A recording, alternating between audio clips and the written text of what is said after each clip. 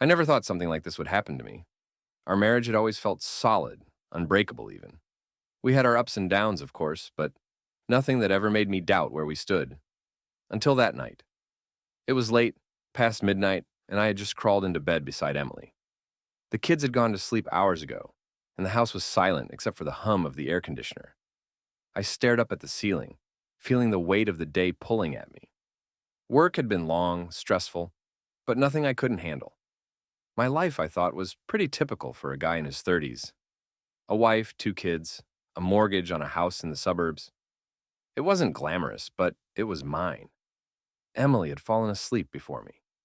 I could feel her warmth against my side, her body curled into me like she always did when she slept. For a moment, everything felt right. I could almost hear her soft breathing fall into sync with mine, and I started to drift off too, thinking about how lucky I was. And then, she whispered, it was soft, almost unintelligible, but clear enough to send a jolt through my body. Matt. At first, I thought I had misheard. Maybe she was dreaming. Maybe it was just some random name that had slipped into her subconscious. But no matter how much I tried to rationalize it, my brain couldn't let go of that one name. Matthew. Not Ryan. Not the name of the man lying next to her, her husband, but someone else. Some other man. I lay there frozen, staring into the darkness, my heart pounding in my chest. Who the hell was Matt? The name echoed in my mind, bouncing around like a mocking taunt. She shifted beside me, her breath slow and even, completely unaware of the storm that had just erupted inside of me. I wanted to wake her up, demand an explanation. Who is Matt? Why did she say his name? But I didn't. Something inside me held me back. Instead, I stared at the ceiling, trying to make sense of it, trying to convince myself that it was nothing. Maybe it was just a random name she had heard somewhere. Maybe it didn't mean anything, but deep down, I knew better. The next morning, I woke up feeling like a stranger in my own house. Emily went about her routine as if nothing had changed. She made breakfast for the kids, kissed me on the cheek like she always did, and headed off to work. I stood there staring at her as she walked out the door, my mind replaying that moment from the night before over and over again. Matt! It was like a scratch on a record, stuck on repeat. I couldn't shake it. The rest of the day passed in a blur. At work, I was distracted, barely able to focus on anything. Every time I closed my eyes, I heard that name. It had burrowed itself into my brain, eating away at me. That night, I decided to do something I had never done before. I waited until Emily went to bed, and then, once I was sure she was asleep, I picked up her phone. It felt wrong, like I was crossing a line I shouldn't be crossing. But I needed to know. I had to know if there was more to this. Her phone was locked, of course, but I knew the passcode. We never kept secrets from each other, or at least I thought we didn't. My hands were shaking as I opened her messages, scrolling through them, looking for any sign, any clue that would tell me what was going on. At first, there was nothing, just the usual stuff. Conversations with friends, family, coworkers. But then I saw it. A message from an unknown number. No name, no contact photo. Just a string of texts. Can't wait to see you tomorrow. My stomach dropped. My hands went cold, and I could feel my heart hammering in my chest. I scrolled further, looking for more, but that was it. That one message. But it was enough. It told me everything I needed to know. Tomorrow. What was happening tomorrow, and who was this person? I put the phone back where I found it and went to bed, but sleep was impossible. My mind was racing, my thoughts spiraling out of control. Was it true? Was she seeing someone else? I kept replaying all the little moments from the past few months. The late nights at work, the new clothes she bought, the times she seemed distant. At the time, I hadn't thought much of it. I figured she was just busy, stressed. But now, it all seemed like pieces of a puzzle I didn't want to solve. The next day, I woke up with a plan. I couldn't confront her, not yet, not until I had more proof. I needed to see it for myself. I needed to know for sure. So I followed her. She told me she had a work meeting that day, a client lunch downtown. I pretended not to care, kissed her goodbye, and let her go. But the moment she left the house, I was right behind her. I followed her to the hotel. It wasn't far, just a few miles from her office. But seeing her walk into that place felt like a punch to the gut. I knew this hotel. We had stayed there once for our anniversary. It was supposed to be a special place for us. Now it felt tainted, ruined. I parked across the street, my heart pounding, watching as she disappeared through the entrance. And then I saw him. Tall, dark hair, wearing a suit. He walked up to her like they had done this 100 times before. They kissed, right there in the lobby. Not a quick peck, but something more, something that made my stomach churn. Matthew. I sat in the car, watching them, unable to tear my eyes away from the scene, unfolding just a few yards in front of me. Emily, my wife, wrapped in the arms of another man. It felt unreal, like I was watching someone else's life, someone else's heartbreak. I wanted to storm in there, pull her away from him, demand answers. But I was frozen, my hands gripping the steering wheel so tight that my knuckles were white. I don't know how long I sat there, staring at the entrance of that hotel. Minutes? Hours? Time had lost all meaning. I was stuck, paralyzed by the weight of what I had just seen. Part of me still didn't believe it. I kept hoping that I had misunderstood, that there was some explanation. But deep down, I knew the truth. It was staring me in the face. Finally, I forced myself to drive away. What was I going to do? Follow them upstairs? Burst into their room and confront them? That wasn't me. I wasn't the kind of guy who could handle something like that with any grace. No, I needed time. Time to process this. Time to figure out what the hell came next. The drive home was a blur. My mind was spinning, thoughts colliding in a chaotic storm. How long had this been going on? Was she in love with him? Or was it just sex? And what about the kids? The kids. How could I protect them from this? I felt sick to my stomach, thinking about what this would do to them if they ever found out. Our family. Our whole life was built on a lie. When I got home, the house felt cold, empty. The kids were still at school, and I had hours before Emily would be back. I walked around the house in a daze, every little thing reminding me of her. Our wedding photo on the wall, the blanket she had knitted for our first Christmas together, the book she had left open on the coffee table, her bookmarks still neatly tucked inside. It was like I was surrounded by ghosts, memories of a life that no longer existed. I ended up in the kitchen, staring out the window into the backyard where the kids' swing set stood. They loved playing back there, their laughter always filling the air on sunny afternoons. But now, the thought of them playing while their mother was sneaking around with another man twisted my insides. I felt like I was suffocating. Hours passed, but I barely noticed. The sound of the front door opening jolted me from my trance, and I turned to see Emily walk in, looking every bit the same as she had that morning. There was no guilt on her face, no sign that she had just spent the afternoon with someone else.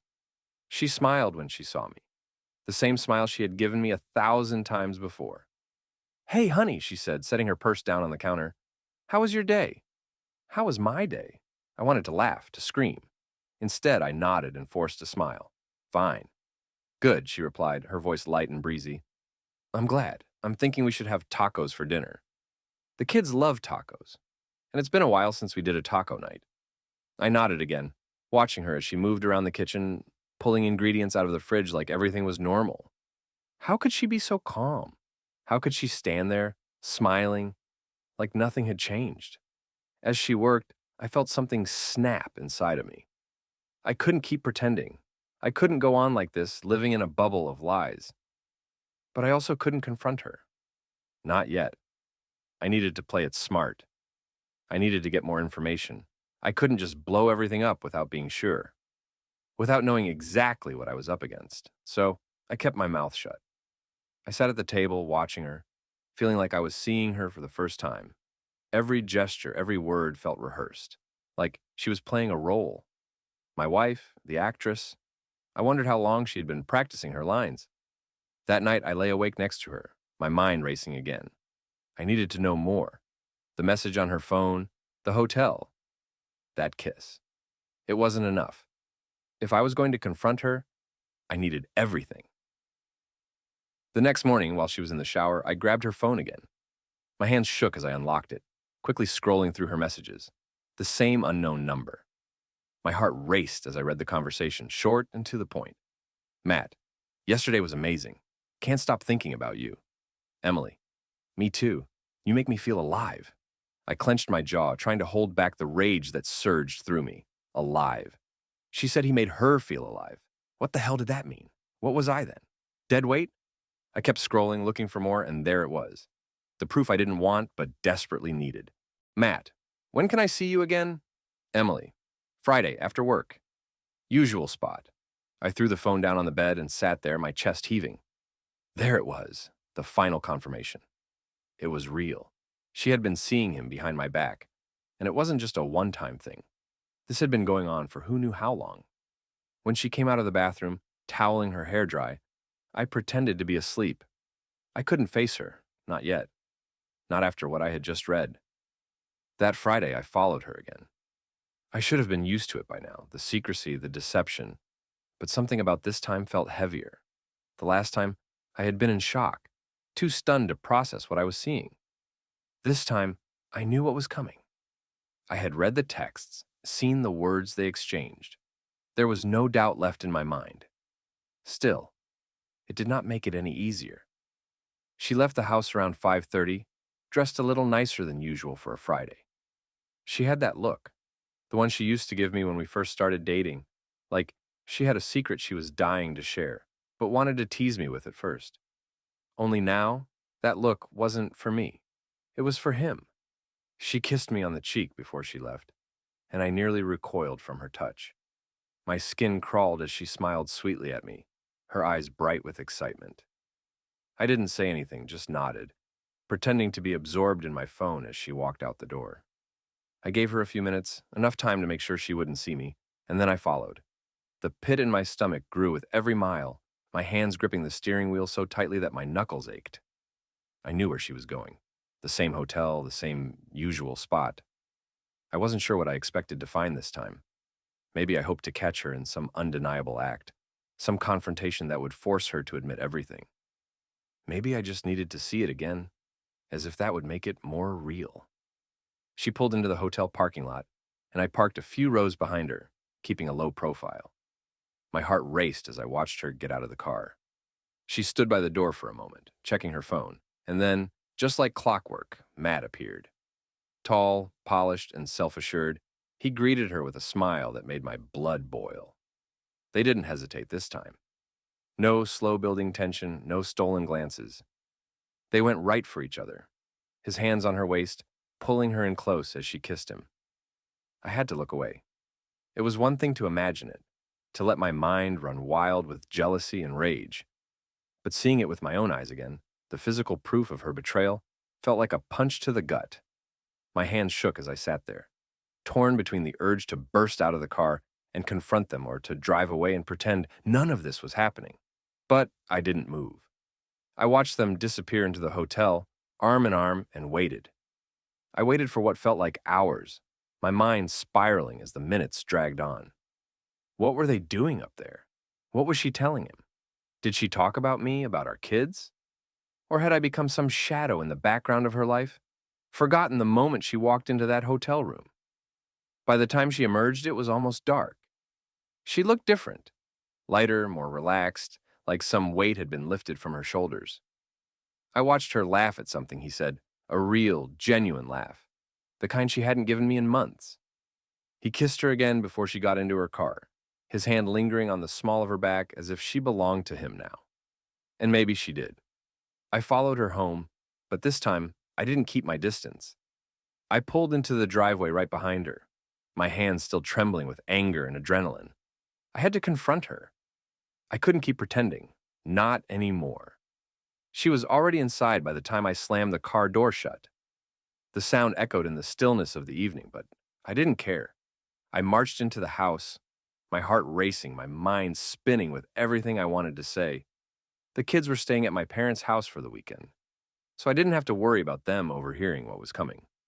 She was in the kitchen, pouring herself a glass of wine when I walked in. She looked up, startled by the sound of the door crashing behind me.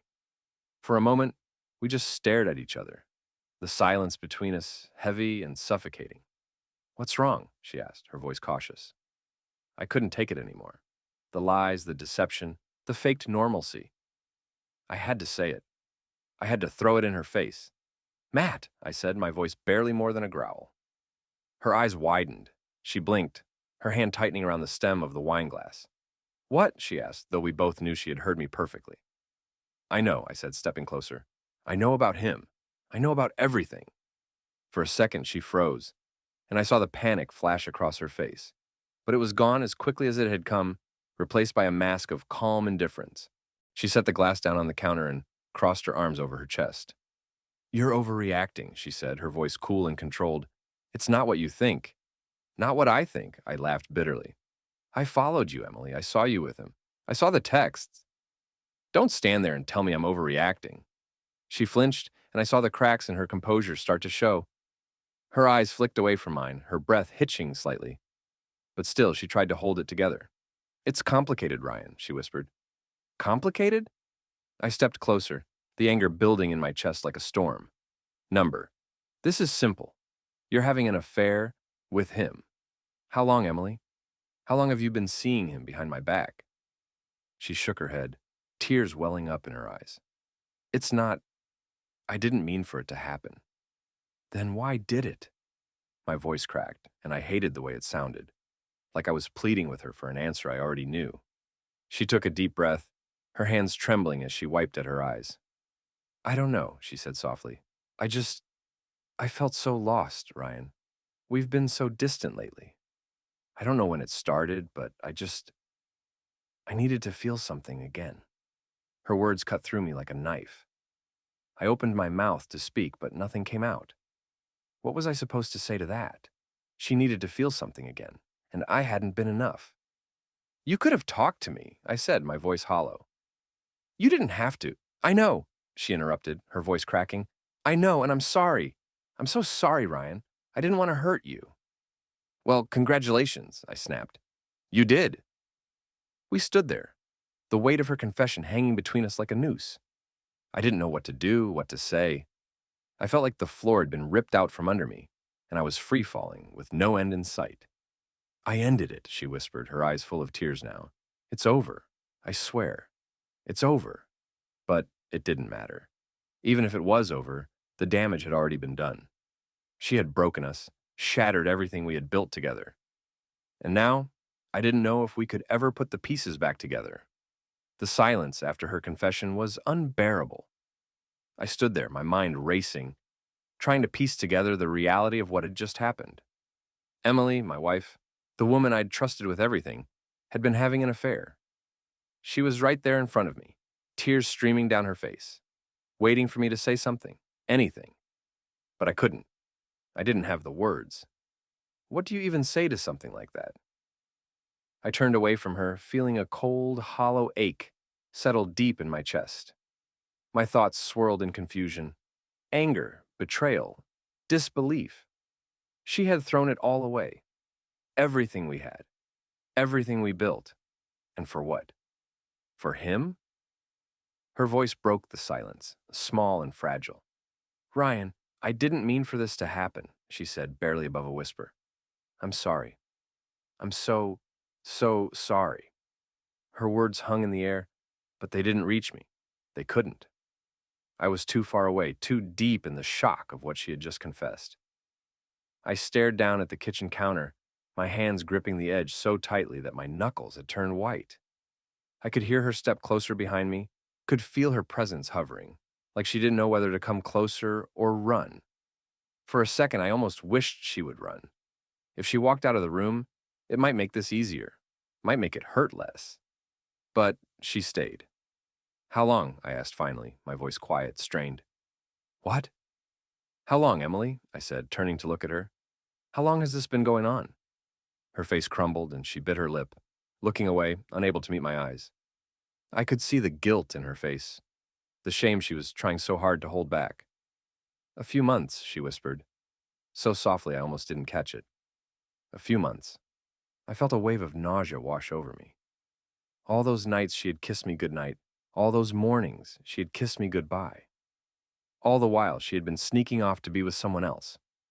The room felt like it was spinning, my chest tight with anger and hurt. I couldn't breathe. I turned away from her again, running a hand through my hair. I needed a moment, just one moment to figure out what to do with this, what to say next. She stepped closer, her voice trembling. I didn't mean for this to happen. I swear, I never wanted to hurt you. Then why? I asked, turning around, my anger bubbling to the surface. Why did you do it? I don't know, she sobbed, her shoulders shaking as the tears came faster. I felt lost. We've been so distant lately, Ryan. I didn't know how to get back to you. I was confused, and then it happened. Confused. Lost. Her words stung, each one sharper than the last. She had been lost, so she found him? How did that make any sense? And him? Matt? What about him? Does he know about me, about the kids? I demanded, my voice rising. She shook her head quickly, panicking. No, he doesn't. I mean, he knows I'm married, but it wasn't serious. Not for him. It wasn't like that. Wasn't like what, Emily? I snapped. Wasn't serious? What the hell does that mean? You spent months lying to me, sneaking around behind my back, and you're telling me it wasn't serious? She looked down at the floor, unable to meet my eyes. Her shoulders slumped in defeat, and for a moment, I almost felt sorry for her. But that feeling was fleeting. The rage inside me was too strong to let sympathy take over.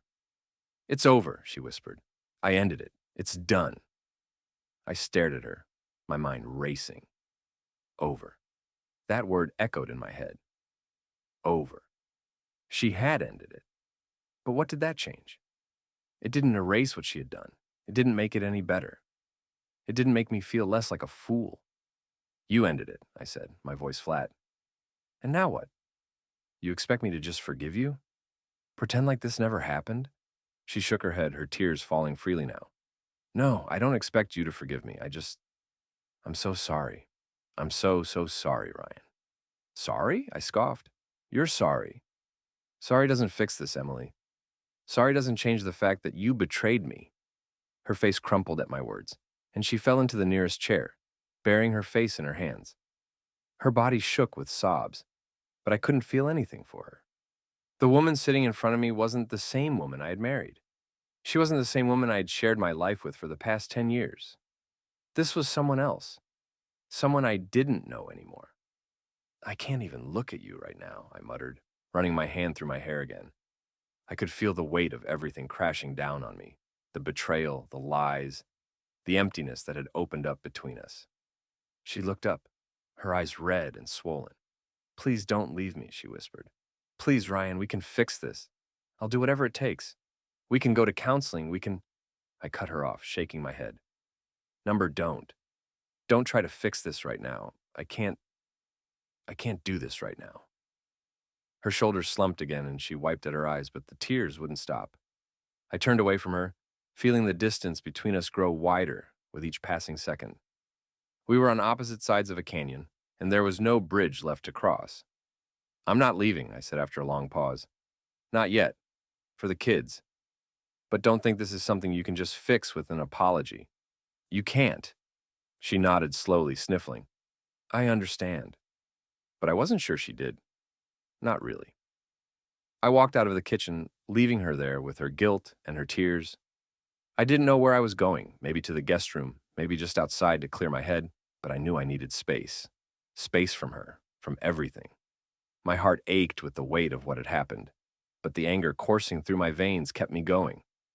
I couldn't let myself fall apart. Not yet. As I closed the door behind me, the last sound I heard was Emily's quiet sobs, echoing through the empty house. I shut the door behind me, leaving Emily's sobs on the other side, but they echoed in my head long after. I walked through the house in a daze, my footsteps feeling heavier with every step. The anger and betrayal were like poison running through my veins, and no matter how far I tried to go, I could not outrun it. I ended up in the guest room, the one we rarely used. It was a plain, empty space, cold and uninviting. with only the bare essentials, a bed, a dresser, and a lamp. But right now, it felt like the only place I could breathe. I needed space, away from her, away from everything. I sank onto the edge of the bed, staring at the wall, trying to make sense of what had just happened. Emily had cheated. My wife, my partner, the mother of my kids. She had lied to me for months, snuck around behind my back, and now everything I thought I knew about my life was falling apart. I had always been a practical guy, not one for drama or theatrics. But this? This was like something out of a nightmare I couldn't wake up from. How could she do this to me? To us? To our family? I wanted to scream, to throw something, to break anything just to release the rage building inside me. But I didn't. Instead, I just sat there, staring at the wall, feeling the weight of it all pressing down on me like 1,000 pounds. The memories flooded my mind, uninvited and unwelcome. All the good times. Our wedding day, standing at the altar with her, the way she had smiled at me as if I was the only man in the world, the birth of our first child, the way we had held hands, scared and excited at the same time, the family vacations, the lazy Sunday mornings spent in bed, the times when it felt like nothing could touch us, all of it felt tainted now. I had always thought we were one of the lucky ones, that we had something special. But now I couldn't stop wondering if it had all been a lie. Had she ever really loved me, or had it all just been a performance? And then there was Matt, this stranger who had come into my life, uninvited, and stolen my wife. Who was he? What did he have that I didn't? The way she had kissed him in that hotel lobby, like she had done it 100 times before, haunted me. I couldn't stop seeing it. Couldn't stop hearing her say his name in her sleep. Matthew. I buried my face in my hands, trying to push the thoughts away, but they wouldn't leave me alone. I had never felt this kind of pain before, this deep, aching emptiness that gnawed at me from the inside. I was angry, yes, but beneath the anger was something else. Something even worse.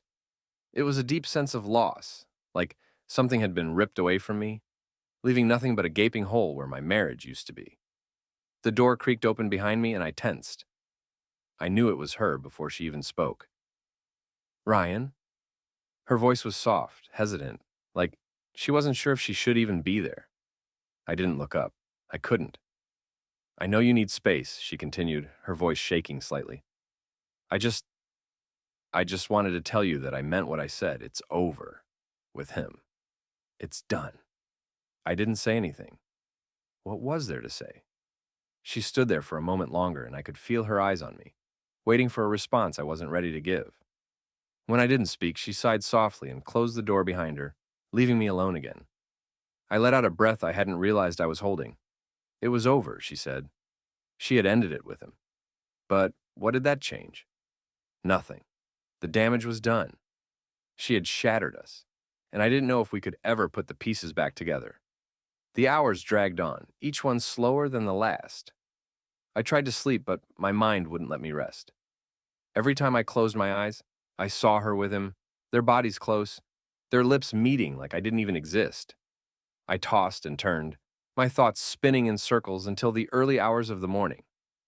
Finally, just before dawn, I got up. I couldn't stay in that room any longer. Couldn't stand the feeling of being trapped inside my own head. I needed air. I needed to think. I grabbed my keys and slipped out of the house as quietly as I could, the cool morning air hitting my face like a slap as I stepped outside. The street was silent, the sky still dark, with just the faintest hint of light creeping over the horizon. I walked to my car, but I didn't know where I was going. I just needed to go, to escape, if only for a little while.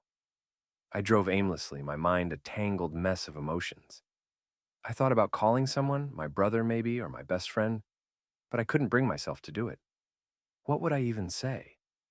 How could I explain what was happening when I barely understood it myself? Eventually, I found myself parked in front of a diner. It was one of those old-school places, the kind that had been around for decades, with the neon sign flickering above the door. It was empty, save for a couple of trucks parked outside, and I walked in. grateful for the quiet. The waitress didn't ask any questions as she poured me a cup of coffee. I stared into the dark liquid, my mind still racing. I wanted to forget, just for a little while. But every time I tried to push the thoughts away, they came rushing back. After an hour or so, I realized I couldn't run forever. I couldn't sit in that diner and pretend everything was fine. I had to go home. I had to face her again. When I pulled into the driveway, the house was still quiet. Emily hadn't left for work yet, but I knew she would be soon.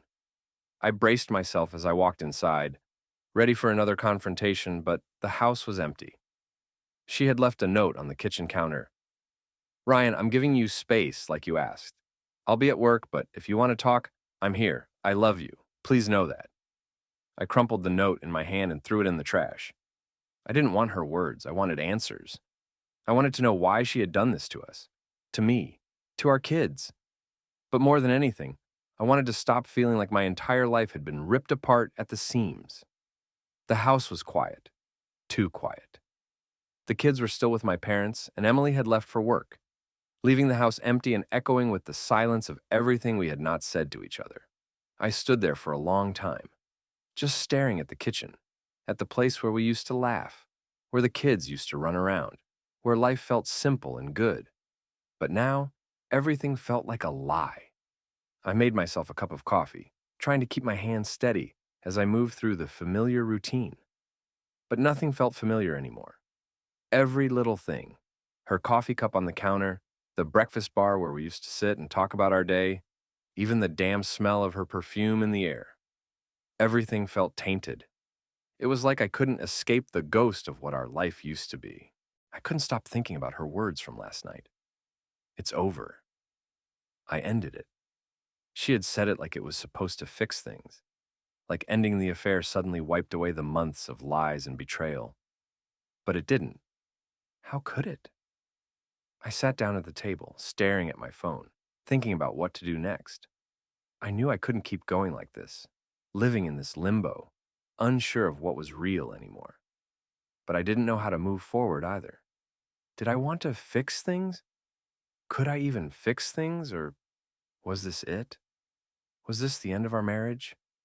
The idea of divorce had been rattling around in my brain since the night I found out about Matt. But I hadn't said the word out loud.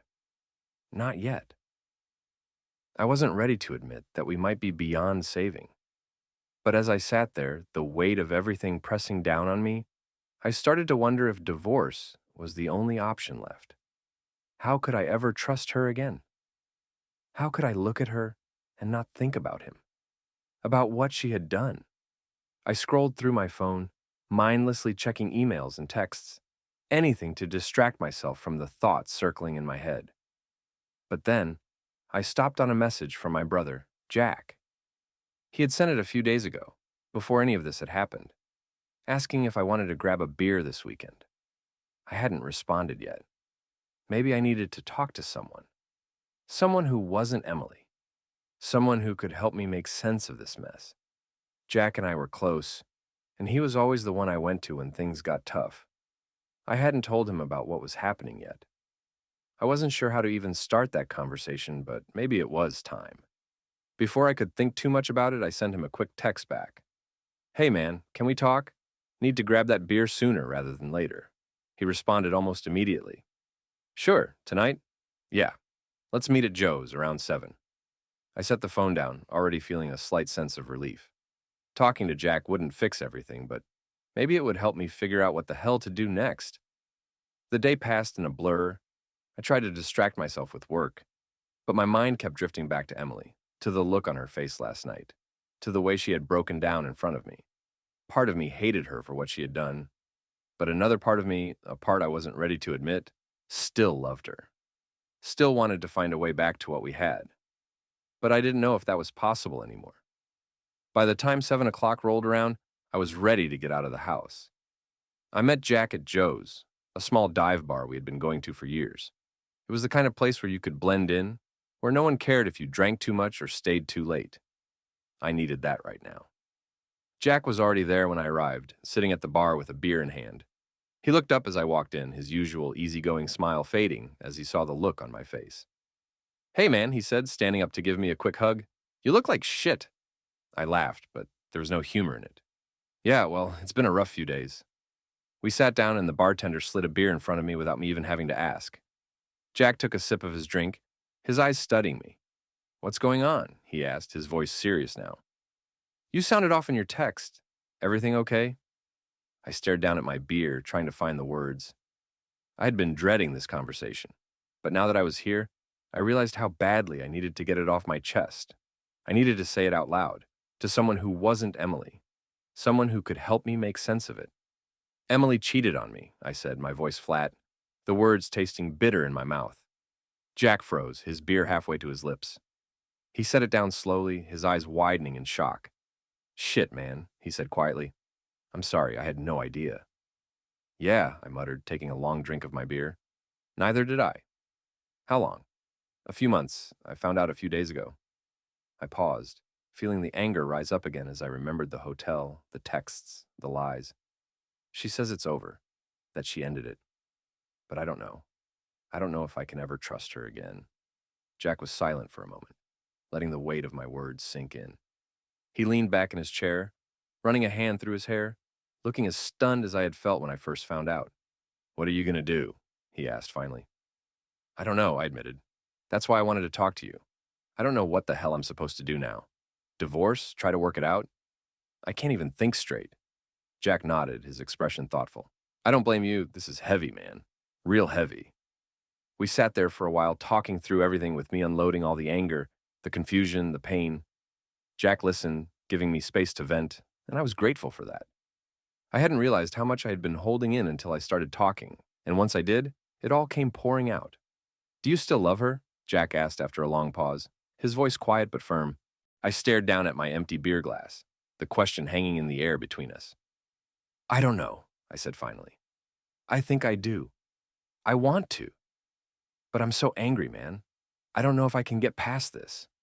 Jack nodded, understanding. "You don't have to decide everything right now. Take some time. Figure out what you need. Just don't rush into anything you might regret." He was right, of course.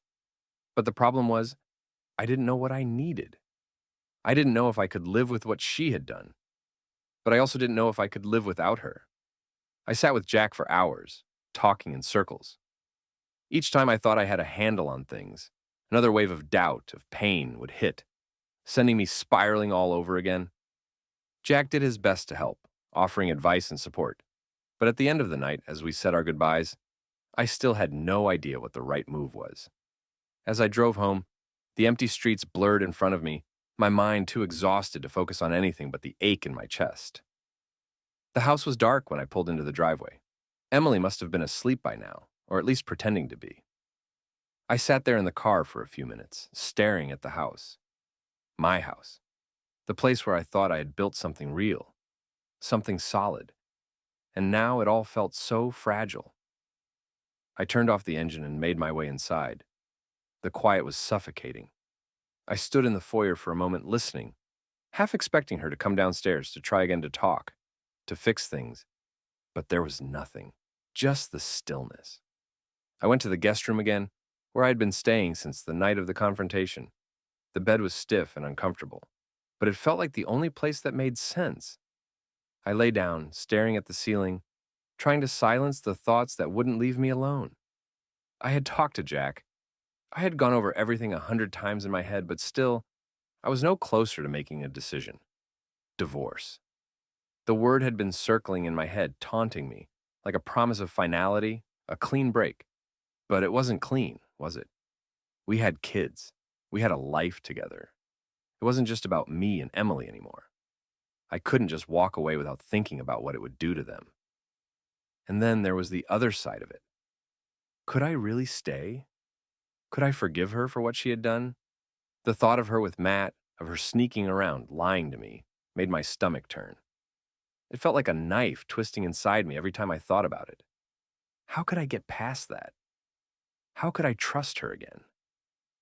I didn't know how long I lay there, tossing and turning, lost in my own head. Eventually, I must have fallen asleep because the next thing I knew, Sunlight was streaming through the window, and the house was filled with the familiar sounds of the morning routine. I could hear Emily downstairs, her voice soft as she spoke to the kids. The clink of dishes, the rush of footsteps as the kids got ready for school. For a moment, it felt like any other day. For a moment, I could almost pretend that everything was normal, but it wasn't. I got out of bed and went downstairs, trying to keep the tension out of my face as I walked into the kitchen. Emily glanced up when she saw me, her eyes searching mine, but she didn't say anything. The kids were there, sitting at the table, eating breakfast and talking about their day. "Dad," our daughter Lucy said, grinning when she saw me. "Can you drive us to school today?" I forced a smile and nodded. "Sure, kiddo." Emily's eyes followed me as I grabbed a cup of coffee, but she didn't say anything. There was an unspoken agreement between us. No fighting in front of the kids. Whatever tension was hanging between us, whatever words we wanted to say, we would hold it in until they weren't around. I went through the motions that morning, trying to act normal, but I felt like I was walking through a fog. My mind kept wandering back to the same place. Could I stay? Could I really stay and try to fix this? Or was it better to cut my losses and leave? After I dropped the kids off, I drove around aimlessly for a while, just like I had done the other day. The question gnawed at me, and no matter how hard I tried to push it away, it kept coming back. By the time I pulled back into the driveway, it was nearly lunchtime, and Emily's car was still there. She must have taken the day off work. I hadn't expected that. I had hoped to avoid this conversation a little longer, but as I walked through the door, I knew it was coming. Emily was sitting at the kitchen table, staring at her coffee cup like it held the answers to everything. She looked up when I walked in, her face pale, her eyes tired. "Ryan?" she said softly. I nodded, not trusting myself to speak yet. I poured myself another cup of coffee and sat down across from her. The silence between us was heavy, thick with everything we weren't saying. "We need to talk," she said after a long pause, her voice trembling. "I know," I replied, my voice flat. She stared at me, her eyes filled with sadness, guilt, and something else I couldn't quite place. "I don't know how to fix this," she whispered. "I don't know how to make this right." I took a deep breath, trying to keep my emotions in check. "I don't know if you can," I admitted. Her face crumpled and she wiped at her eyes, trying to hold back the tears. "I'm so sorry," she said, her voice breaking. "I know that doesn't fix anything, but I need you to know how sorry I am. I never wanted to hurt you." I stared down at the table, my hands wrapped around the coffee mug. I didn't know what to say. What could I say? She had already hurt me, and no amount of apologies was going to change that. "I love you," she whispered. "I know I don't deserve your forgiveness, but I love you. I always have. I don't know what I was thinking, but I never stopped loving you." I closed my eyes, the weight of her words pressing down on me. I wanted to believe her. I wanted to believe that she still loved me, that we could somehow find a way through this. But every time I tried, I saw them together. I saw her with him, and the pain came rushing back all over again.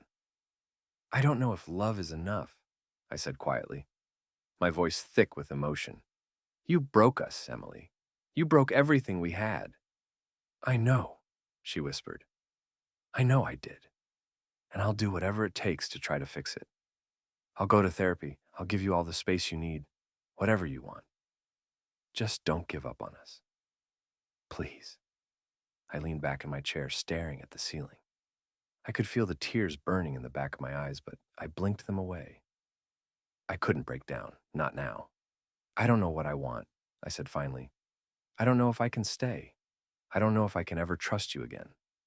Her breath caught, and she nodded slowly, her face pale. "I understand," she whispered. "I'll wait. I'll wait for as long as you need. Just don't leave yet. Please." I didn't answer. I couldn't. The silence after our conversation was suffocating. I sat at the kitchen table for what felt like hours, staring at the spot where Emily had just been, replaying her words in my head. She had said she loved me, that she wanted to fix things. She had begged me not to leave. And yet, despite everything, I still felt lost. I wanted to believe her, to trust that she was telling the truth. that this affair was over, that she was committed to making it right. But something inside me couldn't shake the feeling that it was too late. Trust was fragile, and ours had been shattered. I needed time to clear my head. I grabbed my jacket, muttered something to Emily about needing some air, and left the house. I didn't have a destination in mind. I just needed to get out of the house, away from the suffocating weight of our broken marriage. The late afternoon air was crisp as I walked aimlessly through the neighborhood. I kept my head down, trying to focus on anything but the mess my life had become. I passed the houses of neighbors we had known for years, people who had seen us as the picture-perfect couple. They didn't know what was happening behind closed doors. To them, we were just another happy family. But that was far from the truth now. As I walked, memories of better days flooded my mind. Our wedding, the first home we bought together, the nights spent lying in bed, talking about our dreams for the future. Back then, everything had felt so simple, so right. I had believed in us. I had believed in her. And now, it was hard to even picture that version of us anymore. I found myself at the park, the one where we used to take the kids when they were younger. The swings creaked in the breeze, and for a moment I could almost hear the sound of their laughter, see Emily pushing them as they flew higher and higher. It was a bittersweet memory, one that felt like it belonged to someone else's life now. I sat down on a bench, staring out at the empty playground, and let the silence wash over me. The question that had been haunting me for days came back again. Could I forgive her? Could I stay? Or was this the end of everything? It wasn't just about the affair. It was about the lies, the deception, the fact that she had been able to look me in the eye every day and pretend like nothing was wrong. How could I ever trust her again? How could I ever look at her and not see the betrayal? But then, there was the other side of it, the side that still loved her, the side that didn't want to throw away 10 years of marriage, a life we had built together, the family we had created. Could I walk away from that? Could I really break our family apart? I had always been the type of guy who believed in fixing things, in working through problems, no matter how tough they were. But this felt different. This wasn't just a fight or a rough patch. This was a betrayal on a level I had never imagined, and it left me wondering if some things were simply too broken to fix. I sat there for a long time, watching the sun dip lower in the sky, casting long shadows across the park. I could feel the weight of the decision pressing down on me, and I knew that sooner or later I would have to make a choice. I couldn't keep living in this limbo, this in-between state of not knowing whether to fight for my marriage or to let it go. As the sky turned orange and the air grew colder, I pulled out my phone and dialed a number I hadn't used in a while. "Hey, man," Jack's voice came through the speaker. "What's up?" "I don't know," I admitted. I don't know what to do." There was a pause on the other end, and I could almost hear him thinking. "Do you still love her?" he asked, his voice gentle but direct. I closed my eyes, leaning back on the bench. "Yeah," I whispered. "I think I do, but it's not that simple." "It never is," Jack said. "But if you still love her, that's something, right? I mean, that's not nothing." "I just don't know if I can get past it," I confessed. "Every time I look at her, all I see is what she did. I don't know if I can ever trust her again. And if I can't trust her, then what's the point?" Jack was quiet for a moment, and I could tell he was weighing his words carefully. "Look, man, you don't have to make a decision right now. You don't have to rush into anything. But if you still love her, if there's even a part of you that wants to try, then maybe it's worth seeing if you can work through it. Therapy, counseling, whatever. Just don't walk away if you're not sure. Because once you make that call, there's no going back." I nodded, even though he couldn't see me. He was right. I didn't have to decide everything today. I didn't have to know the answers right now. But at some point, I would. At some point, I would have to decide if I could live with what she had done, or if it was time to walk away. "I don't know," I said again, my voice barely above a whisper. "I just don't know." "I get it," Jack replied. "But whatever you decide, just know I'm here, okay? You don't have to go through this alone. Thanks, man, I said, grateful for his support. I'll talk to you later. We hung up, and I sat there for a while longer, watching the sun sink below the horizon. The air was cooler now, the park empty, and I knew it was time to head home. When I got back, the house was quiet again, just as I had left it. Emily was in the living room, sitting on the couch, her knees pulled up to her chest. She looked up when I walked in, her eyes red and puffy from crying. Ryan, she whispered, her voice filled with uncertainty. Did you make a decision? I stood there staring at her, feeling the weight of her question settle over me. I wanted to give her an answer, wanted to tell her that I knew what came next. But the truth was, I didn't. I'm not leaving, I said quietly, watching the way her eyes filled with relief. But I need time. I don't know what this means for us, Emily. I need time. She nodded, tears spilling down her cheeks. But this time, they weren't the desperate, pleading tears from before. These were different, softer, quieter, like she understood that this wasn't something that could be fixed with a few words. I'll give you all the time you need, she whispered. I'm so sorry, Ryan. I'm so sorry for what I've done. I didn't respond. I didn't know what to say. Instead, I walked past her, heading upstairs to the guest room, where I could still be alone with my thoughts. That night, as I lay in bed, I knew I had made one decision. I wasn't leaving, not yet, but the road ahead of us was still uncertain, and I wasn't sure where it would lead. All I knew was that, for now, I needed space to figure out if I could ever find it in myself to forgive her, or if this was the beginning of the end. The days that followed felt like a blur.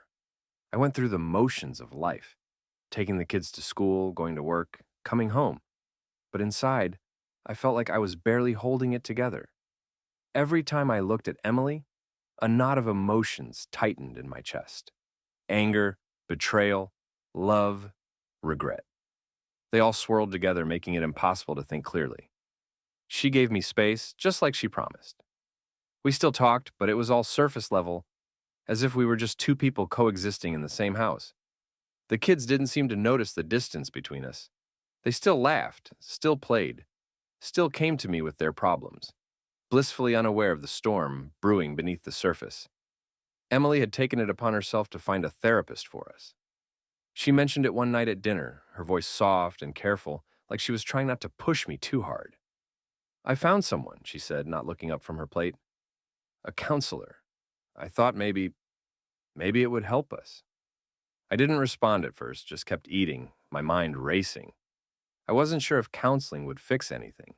Part of me felt like this was beyond fixing, that no amount of therapy could make me forget what she had done. But another part of me, the part that still remembered the woman I had fallen in love with, thought maybe, just maybe, it was worth trying. I'll go, I said after a long pause, my voice quiet but firm.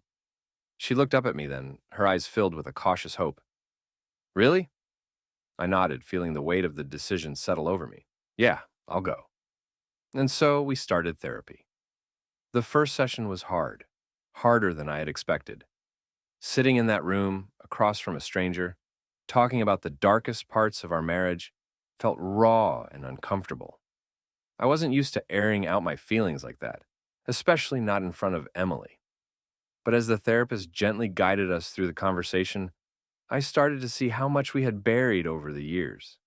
Resentments, fears, disappointments that had been left to fester in the shadows of our relationship. Emily cried during that first session, more than I had ever seen her cry before.